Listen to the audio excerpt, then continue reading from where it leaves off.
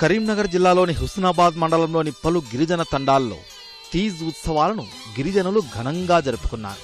ప్రతి ఏటా శ్రావణ మాసంలో భవానీ వేడుకలు జరుపుకున్న తర్వాత తీజ్ ఉత్సవాలు జరుపుకోవడం ఆనవాయితీగా వస్తోంది.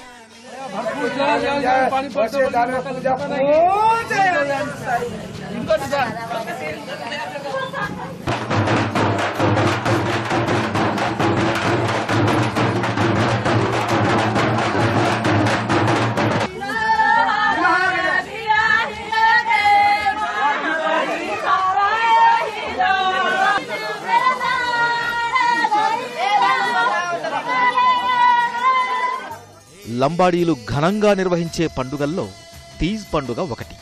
దీన్నే మొలకల పండుగ అని కూడా అంటారు.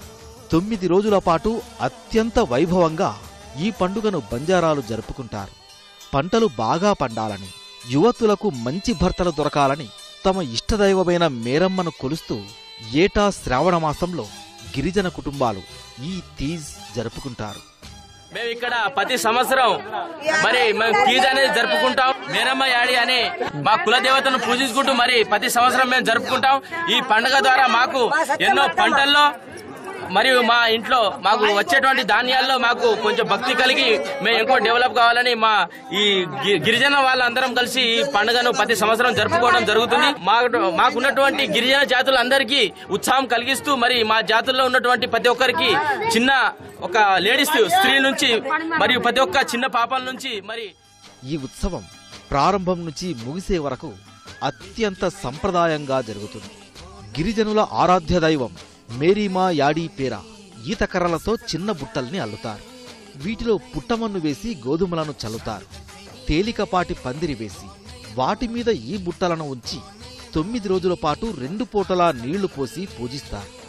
అత్యంత నియమనిష్టలతో వీటిని పూజిస్తూనే 7వ రోజు మేకను వీటికి బలిస్తారు. అదే రోజు మిఠాయిలు చేసి పంచుకుంటారు.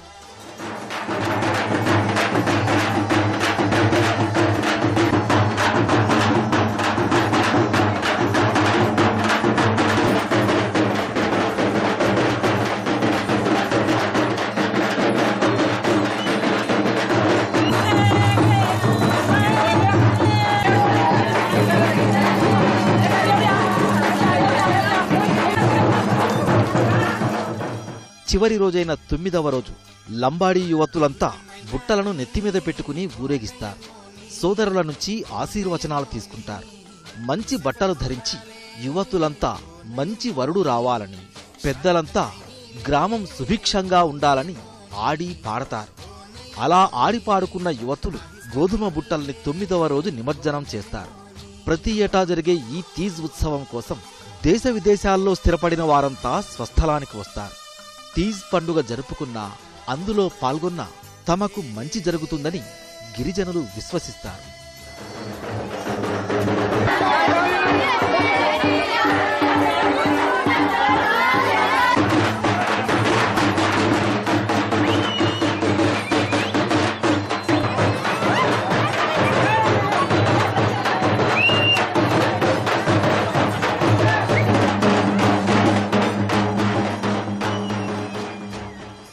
ఆచార వ్యవహారాలు మర్చిపోతున్న నేటి సమాజంలో తమ సంస్కృతిని, సాంప్రదాయాలను బతికించుకుంటున్న లంబాడీలు ఎంతైనా అభినందనీయులు.